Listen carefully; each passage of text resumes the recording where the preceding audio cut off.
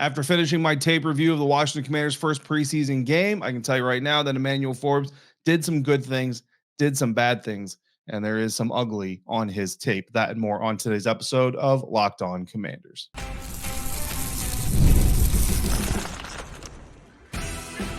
You are Locked On Commanders, your daily podcast on the Washington Commanders.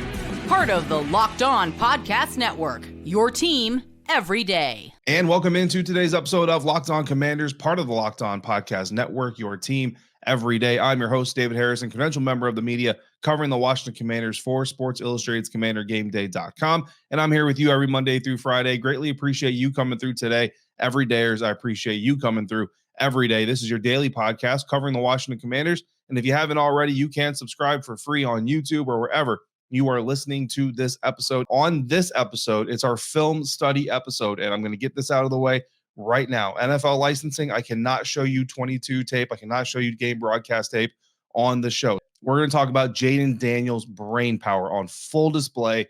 We're going to break down our key play and our play of the day from our post-game episode, and we're going to completely break down Emmanuel Forbes' tape. So if you want to discuss any of that, all you got to do is send me a text message, and to do that, all you have to do is become a Locked On Commanders insider at joinsubtext.com/LockedOnCommanders. From there, you text me, I'll text you. You're going to get bonus content, inside information, live text from games, press conferences, practices, all that stuff delivered straight to your phone. Today's episode is brought to you by LinkedIn Jobs. LinkedIn helps you find the qualified candidates you want to talk to faster. So post your job for free at linkedin.com/LockedOnNFL. Terms and conditions apply. Emmanuel Forbes took 14 snaps. And I'm going to give you my report summary right off the cuff. And it's written very similarly to like a scouting report, right? But it's a one-game report. And I want to make sure everybody understands this is a one-game contextual report that we're talking about here with Emmanuel. This is not meant to be an overarching condemnation or advertisement of him or anything like that. It's a one-game review of his film, okay? So here's the report summary. Mechanics need work. Feet are heavy and he regularly uses the wrong key foot in press position. Punch is ineffective and eventually disappeared. Eye on the ball instead of the man in man coverage. Have to be in position to make the play before you can make it. Athleticism helps him recover against lesser talented players, but bad mechanics will fail him eventually. Surrendered a 108.3 QBR against backup quarterbacks and a second-year undrafted free agent receiver with 5 career receptions. In run support, Forbes is willing to get physical, but lacks the force to be a solo presence, shows good discipline in downfield contain, and doesn't open the back door with over pursuit. Now, a note before we get into the full film breakdown, a lot of this, he's on Jets wide receiver Jason Brownlee. Didn't follow Brownlee. There are multiple reps where the two guys end up on the opposite sides of the formation, but pretty much every time Forbes is targeted, it's to Brownlee. So I just want to get that out of the way now because you're going to hear Brownlee's name a lot in this. And no, he did not follow him. They just ended up matched up quite a bit. So the interesting thing about Emmanuel Forbes in this preseason game as we get into the full game study here is he's listed as a second string cornerback on the depth chart, right?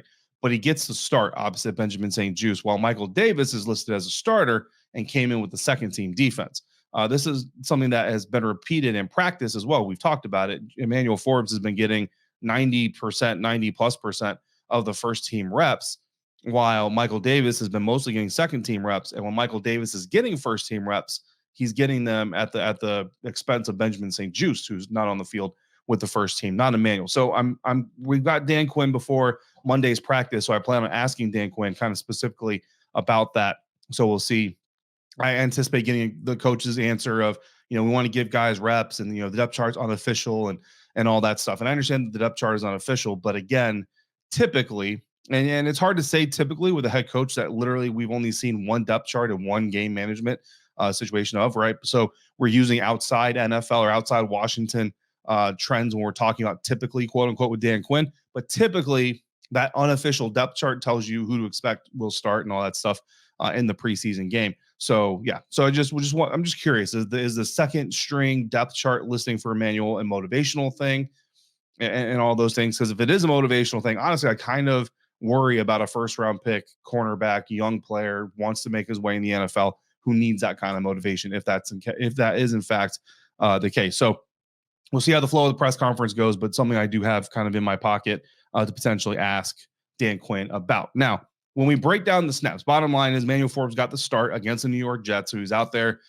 for the first team reps. And when we look at it from snap one, and the Jets come out with a run play called, it's to Emmanuel Forbes' side, and it's rookie running back Braylon Allen coming out of Wisconsin getting the ball. He's a bruiser. He's a power back. Forbes has outside contain. However, what's interesting here is there's actually a 3-man group of Commanders defenders. It's Emmanuel Forbes, Mike Sainristil, and Frankie Louvu, who kind of all have to contain this outside run. Forbes has the far outside boundary. Mike Sainristil is in the middle. Frankie Louvu's kind of got the inside angle. So Forbes, what he does is he does a really good job of staying patient on this run play. He stays wide, forces Allen to commit inside. When that happens, Louvu kind of comes in and says, okay, I'm going to make the play, kind of darts in to get after Allen. Doesn't get to him, but what he does do is he opens up the lane for Emmanuel Forbes to then wrap around from the outside into the inside, and Emmanuel Forbes gets in there to make the tackle. Now, that's good. The problem here is he catch tackles because he's a small dude, and a lot of corners tend to catch tackle. Catch tackling, if you don't know what that means, basically he allows the defender, he kind of opens his arms, allows the defender to get into his chest, holds on to him, and tries to basically pull him down from there. So it's not so much of a forced tackle. He's not really driving into him as much as he's kind of receiving him and catching him, which is why it's called a catch tackle, right? When Allen and Forbes collide, it's a 2 yards past the line of scrimmage. 2-yard gain on a run here, not a bad play for the defense, right? You love not giving up any yards or tackle for loss, but if you give up 2 yards, it's okay. But because Emmanuel Forbes is catch blocking or catch tackling, and because of the size and power differential between Braylon Allen and Emmanuel Forbes, by the time Allen gets to the ground, he gains a total of 6 yards. So he basically drives Emmanuel Forbes 4 yards upfield once they make contact. And that is where, again, going back to the summary, he's a willing tackler. And that's why I say you can't question Forbes' toughness right now. Like, the dude is willing to put his face in the fan. He's willing to get in there and get dirty and take these guys on. You know, he's just very physically limited, obviously, as we've all talked about. I don't think that's ever going to kind of go away. Snap number one, again, good contain, good discipline. We saw that throughout the day with outside runs and all that stuff to Emmanuel's side, and even when he's in back-end pursuit. Good effort, good physicality, willingness to be a tackler. You know, he's got his physical limitations just because that kind of is what it is. Snap number two, this is the first pass intended for Emmanuel Forbes' target. The pass is intended for wide receiver Jason Brownlee, who's matched up against Emmanuel Forbes on the right side of the defensive formation. So when we're talking opponents here, if it's Commanders versus anybody, if I tell you right side, it's the Commander side of the ball. So if I tell you right side and we're talking defense, it's the right side of the defense, left side of the offense, right side of the offense, you know, so on and so forth, if I'm talking about that part of the ball as well. So right side of the defense, Forbes is lined up and pressed. They've got a too high safety look, but the Commanders are in cover 3. At the snap, safety Jeremy Chin sinks down into his shorter zone. Forbes, safety Quan Martin, and Benjamin St. Juste now all drop into their deep zones. But this is where we always talk about man or zone becoming man, and everything is man at some point in time, right? Every cornerback has to be able to man cover, because even if you're in zone, it's going to become man. Because while Forbes is covering the deep zone, he's doing it attached to Jason Brownlee's hip from the snap of the ball. He's in press man technique. Now, at the snap, his first step is with his inside foot instead of his outside foot. When you're in press, you want that first step to be your outside foot, because it gives you that outside edge. It gives you that boundary. You kind of set that boundary for the outside release, because where's your help going to be? Always. You're never going to have outside help as an outside corner. You're only going to have inside help, right? So you don't want to let your guy get that outside leverage on you. So you want that first step to be on the outside, and typically you want it to be a vertical or a horizontal step, right? An even step or even a back step. Typically you want it to be a horizontal step, an even step. But what Forbes does, he actually takes a step with his inside foot and he takes a step forward. Now he's leaning backwards, so that leg basically jets out there. So that already from the jump, you've already set yourself behind the 8 ball there. And Brownlee gets the outside release on Forbes. And while Forbes does use the correct hand to then punch, right? So Brownlee releases to the outside. So you want to use your inside hand to punch if you're in man coverage or press man coverage. Forbes does use his inside hand to try to punch, but Brownlee easily knocks that away because, for one, it's late.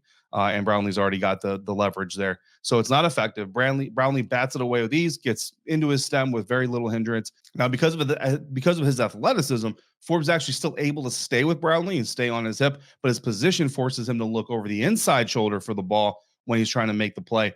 And the ball should be on the outside. So fortunately, Tyrod Taylor puts the ball on the inside, not as inside as Emmanuel Forbes is looking, but more inside than it should have been. If that ball is inside but short, then Jason Brownlee can basically stop short, allow Emmanuel Forbes momentum to take him out of the play, come back, make the catch.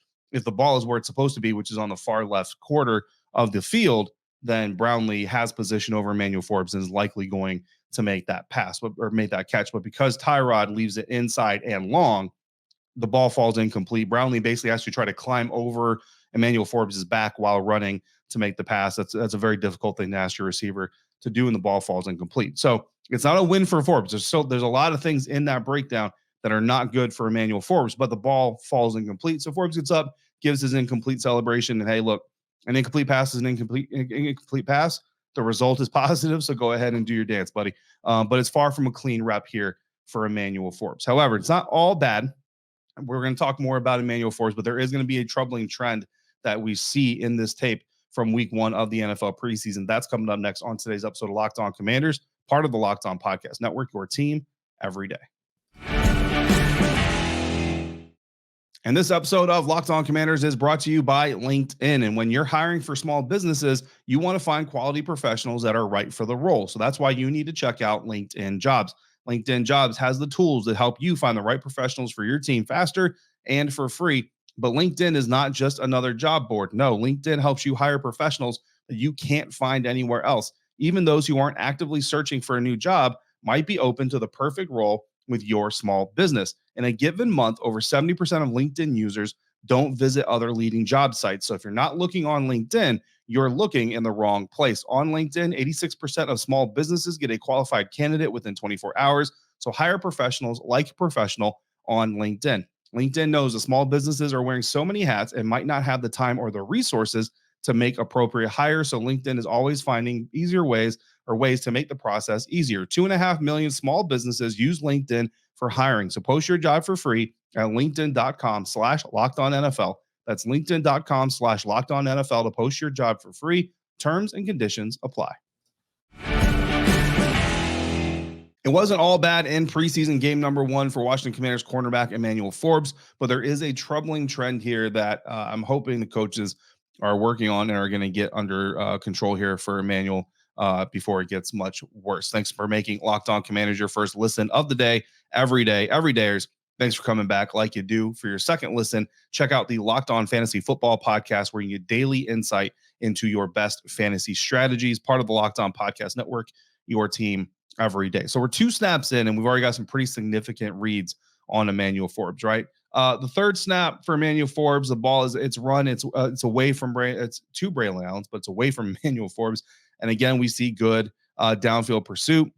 Emmanuel actually pursues the play all the way to the opposite sideline, makes the hit that knocks Braylon out of bounds. This is the one where the Jets are later flagged for illegal man downfield, so the play comes back anyway. Fourth snap is a screen pass to the opposite side. Again, good, active pursuit and contain. Snap 5, an inside run, good deep contain. Snap 6, opposite side run, really not part of the play. Snap 7, Emmanuel Forbes, we find him again in press coverage against Jason Brownlee on the left side of the formation. This time, the first step is to the outside. So the first step is proper on this one, but he uses the wrong hand to punch. So he used the right hand the first time, but took the wrong step. This time he takes the right step, but uses the wrong hand to try to punch. And if I'm not mistaken, this is actually the last time we even see Emmanuel Forbes try to use his punch in man coverage, because it's quite honestly just not working for him. So because he uses the wrong hand to punch, Brownlee gets by him easily and has Forbes basically running for his life into his stem. The good news is that the punch isn't hard enough to get Forbes off balance. So when you miss with your punch, if you reach too hard or punch too hard, it can knock you off balance. That doesn't happen. And Forbes has enough speed to essentially recover. So he's still in Brownlee's hip as they head downfield. It's also good that Tyrod Taylor isn't looking on that side of the field, because if I'm Tyrod Taylor and if I'm most quarterbacks and I see Brownlee even with that defender in single man coverage, you're throwing the ball over to that side. Fortunately, that doesn't happen. So Forbes doesn't get burned or doesn't potentially get burned on that mistake, but you still notice the mistake on tape. I'm sure the coaches and he have talked about it as well. Snap 8 is another run, good downfield contained. Same with snap 9. Snap 10, he's once again pressed up against Brownlee. It's an outside run to his side of the field, but Brownlee drives him all the way down the field. And again, this is another place where the physicality deficiencies are just going to be there. By the time Braylon Allen hits the line of scrimmage on this outside run, Emmanuel Forbes is about 11 yards downfield because Brownlee has driven him that far. Snap 11, toss to the opposite side, good contain there. Snap 12, tosses his way, basically takes himself out of the play, covering a dummy route, which is exactly what the Jets want him to do, and happens to every cornerback. That's not a red flag. Snap 13 is pressed up again on Brownlee, again uses the wrong foot to step forward and steps forward. This time the ball goes to running back Isaiah Davis, but Brownlee runs a deep comeback, and again Emmanuel Forbes just kind of gets beat on the route. The ball doesn't go there, but not a great set for Emmanuel Forbes. Snap 14, Forbes is on the line of scrimmage. Brownlee is off the line of scrimmage, so he gets a little bit more room to negotiate his defender at the snap.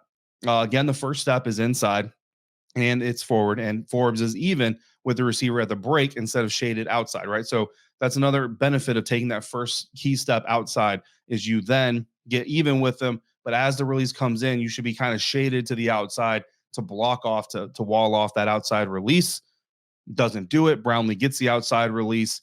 There's no punch at all. And when Brownlee breaks up the field for the outside corner of the end zone, there's zero hindrance between Brownlee and the end zone from Forbes, who again is in press man coverage. So that's the whole reason that you're there. So when Brownlee punches him and kind of swipes at him a little bit, knocks Emmanuel Forbes off balance. Again, he's playing trail. He's looking over his shoulder for the ball. So imagine, I mean, you can do it yourself. Like run to your left and then look over your right. It just naturally brings your body up. So now if I just give you a slight nudge, it's going to knock you off balance a little bit. That's exactly what happens. And it gives Brownlee the separation he needs at the end of the route to win the route for the Jets touchdown. So that's our breakdown of Emmanuel Forbes' snaps for the day. Again, some good, contained, disciplined, willing to be a tackler for the defense, some bad technique-wise, all those things. And again, he wasn't following Jason Brownlee, but a lot of matchups against Jason Brownlee. Now I want to move into a couple of plays. We got our key play and our play of the day, and our play of the day breakdown is going to be really fun. That's coming up next on today's episode of Locked On Commanders, part of the Locked On Podcast Network, your team every day. It takes passion, drive, and patience to win Lombardi trophies. It also takes passion, drive, and patience to bring home your ride or die vehicle and to keep it alive. eBay Motors knows that, and today's episode is brought to you by eBay Motors, who has everything you need to maintain your vehicle and level it up to peak performance. They've got superchargers, roof racks, exhaust kits, LED headlights, and more. Whether you're looking for speed for your car, power for your engine, or style for your vehicle, eBay Motors has got you covered. With over 122 million parts for your number one ride or die, you're always going to find exactly what you're looking for. And with eBay Guaranteed Fit, your part is guaranteed to fit your ride every time, or you get your money back, because with eBay Motors, you're burning rubber, not cash. With all the parts you need at the prices you want, it's easy to turn your car into the MVP and bring home that win. So keep your ride or die alive at ebaymotors.com. Eligible items only. Exclusions apply. eBay Guaranteed Fit, only available to U.S. customers. Wrapping up today's episode of Locked On Commanders, our tape study. Again, if you're joining us late here, cannot share the actual images of the tape because of NFL licensing laws. I understand that some people do it and they don't care about those laws, and that's fine. They get away with it. But we here at the Locked On Podcast Network, we care about those laws and we're not going to violate them. But we have our key play and our play of the day. If you caught our post-cast live episode from MetLife Stadium, the key play, a 3rd and 7 run by quarterback Adrian Martinez for the Jets, gaining 13 yards to the Washington 20, resulted eventually in the game-winning field goal. And then our play of the day, the 42-yard bomb to Dyami Brown on 3rd and 6 from Jayden Daniels, with an honorable mention to Tress Way covering his own punt, making a tackle. Jeremy Reeves took to social media and apologized to Tress's wife that he had to make that tackle, says it'll never happen again. But I want to break down both these plays. The key play is going to be a little bit quicker because it is a Jets positive play, but also because I want to get to this play of the day because it's a lot of fun. The Commanders come out in this scramble that ends up gaining 13 yards for Adrian Martinez for the Jets. The Commanders come out in a 4-2-5 formation, so 4 down linemen, 2 linebackers, 5 defensive backs, and a 2 high safety look. The Jets are in shotgun 10 personnel, so 10 personnel, 1 running back, no tight ends. The running back is lined up to the right of the quarterback, and they've got a 3-by-1 to the left side receiver split, so that's 3 receivers on the left, 1 receiver on the right, all off of the offensive line, unattached to the offensive line. The defensive alignment suggests the Commanders are man underneath of the formation at the snap. Safety Ben Nichols sinks down from his deep safety spot, while other deep safety Tyler Owens shifts to the center of the field, and this gives you a cover 3 look. The problem with that is in cover 3, your 2 outside corners are also supposed to take deep thirds on each side, while your safety takes the middle deep third. But cornerback James Pierre, who's on the left side, does not take his deep third. Instead, he follows his receiver essentially in man coverage, which is not what it looks like he's supposed to be doing. And tight end Zach Kuntz ends up running free down the right side of the field for what could have been a very easy Jets touchdown. And I guarantee you that when Adrian Martinez saw the screenshot of it, he goes, man, there goes my big play. Really had an opportunity. And I promise you that tight end Zach Kuntz is not happy about it either. The reason Martinez can't find Kuntz, though, is because Commanders left defensive end Jalen Harris has twisted with defensive tackle Benning Bota'i and is crashing through the A-gap just as Kuntz is about to uncover. And that flushes Martinez to his left side away from where Kuntz is running, leading to the scramble. So in some ways, the run for 13 yards is actually a positive outcome because of what could have happened. That's a bright example of why the pass rush is so necessary, so effective when it works, because that's the only game that Washington played on that snap. There were no blitzes. They only rushed four guys, and the only stunt was on that side. There was no stunt on the other side. So they run one game with Jalen Harris and Benning Bota'i, and it works, and it prevents a touchdown. Now, granted, eventually they get the game-winning field goal anyway, but you love to live to play for another down, and that's exactly what ended up happening because of that stunt. So I just kind of wanted to diagram that, but now I want to get to the play of the game because we really got to talk about this. Jayden Daniels to Dyami Brown for 42 yards on 3rd and 6. Again, honorable mention to Tress Way, but we're going to break down this play. And Dyami Brown is someone that really wanted to talk about here because you guys know I've every day, as you know, I've not been very high on Dyami Brown this preseason, this training camp. So this is really good to see because this is where Dyami is going to make me start shifting what I say about him. So here's the game summary from Dyami Brown just in total. I did a full Dyami Brown tape study. We're not going to go over here because we don't have time. But here's Dyami's full game summary from me, just my personal eye set, right? Good urgency, getting into his routes against off coverage. Could use a little more of that. And run plays as he tends to take some off. Not take the play off, but some speed off, urgency off, right? Willing blocker who needs to develop more of a mean streak there, but is smart to monitor his body position with the defenders to avoid penalties. Solid acceleration into his stem, gets to top speed quickly, attacks the hip of off defenders well to create leverage, and is strong enough and reckless enough to win or defend 50-50 balls. And let's talk about this play of the day now. The Commanders come out empty. No running backs. They're in shotgun. They've got a 3-by-2 split to the left. So 3 receivers to the left, 2 receivers to the right. Dyami is on the 2 receiver side of the split, and he is wide while Austin Eckler is in the slot next to him. Jayden Daniels has a screen call on. I assume it's to the left side, most likely to Terry McLaurin, with Jahan Dotson and John Bates clearing the path for him. But the Jets come out with 8 defenders on or near the line of scrimmage and a 9th within 5 yards of the line of scrimmage on what I believe will be the screen side. So Jayden checks into goes at the line of scrimmage. Brown is lined up against Jets cornerback Jarek Bernard-Converse, who unfortunately enough, was a teammate of Jayden Daniels at LSU, who is in press position. So at the snap, Converse steps up with his inside foot, which we already know is a bad thing. Dyami takes a speed release to the outside to get immediate leverage. So there's no game here. Dyami doesn't come even with the defender and then make a move or make a stutter step or anything like that. He just, boom, immediately hits the outside leverage point. Brown isn't the quickest off the line, so he does end up hitting a little bit of a small jab step inside on Converse to give him a little bit more room outside, then gets more outside into his stem to give himself room on the sideline. Swipes to get the defender's hands off him as he gets into his stem. And when Jayden gets to that side, the deep safety is still in the middle of the field, and Brown is even with his cornerback, which is a key for any quarterback to throw that ball, which he does. And the brilliant part here is that as the ball is traveling downfield, Brown actually bends his stem back inside just a little bit. I'm talking like maybe a yard, to the left of where he was originally. And then he makes an outside adjustment to catch the ball, holds on through contact. Brown also chops his last few steps to prevent himself from overrunning the ball. So not only is Dyami Brown running full speed downfield, but as the ball is coming, he knows enough to bend a little bit more inside towards the middle of the field to keep the defender inside.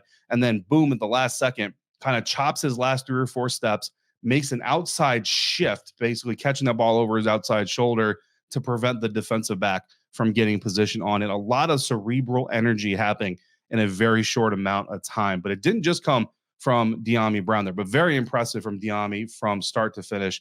Definitely go watch that play with everything we just talked about in mind, and you're going to love every second of it. But Jayden Daniels' brain power on full display here as well, and I wanted to talk about that too before we get out of here. Again, the Commanders are empty in shotgun, 3-by-2 split, screen passes on. Before we actually get into the play, Jayden Daniels stepping up to the line of scrimmage, he scans the defense one time.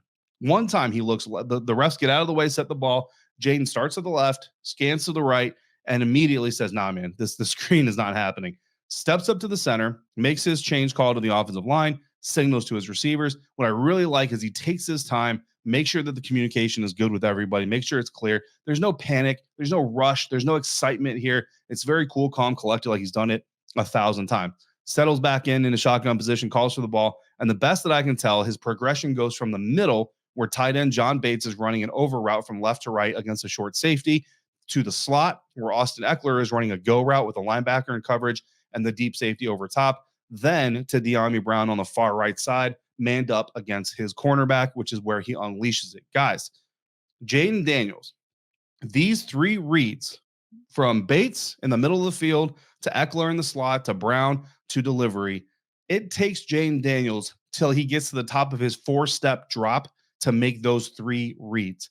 When he goes to deliver the ball, he also slides so slightly to the left side of the pocket to avoid Jets defensive lineman Michael Clemens, who's coming in because he's beaten Chris Paul, the right tackle, around the outside of the formation. And Clemens goes from swiping at Jayden Daniels' throwing arm to just being able to grab the towel out of his back belt and throw it up in the air out of frustration. And Jayden Daniels and the Commanders get the big completion. Daniels goes here from reading the defense to checking the play to snapping the ball to 4-step drop to 3 reads to slide and delivery in 16 seconds. And he goes from his first to his 3rd read to delivery in 4 steps. We've seen Washington fans, you've seen quarterbacks who get to the top of their drop and haven't even made a decision on their first read yet, let alone getting to your 3rd and delivering the ball at the top of your route or at the top of your drop.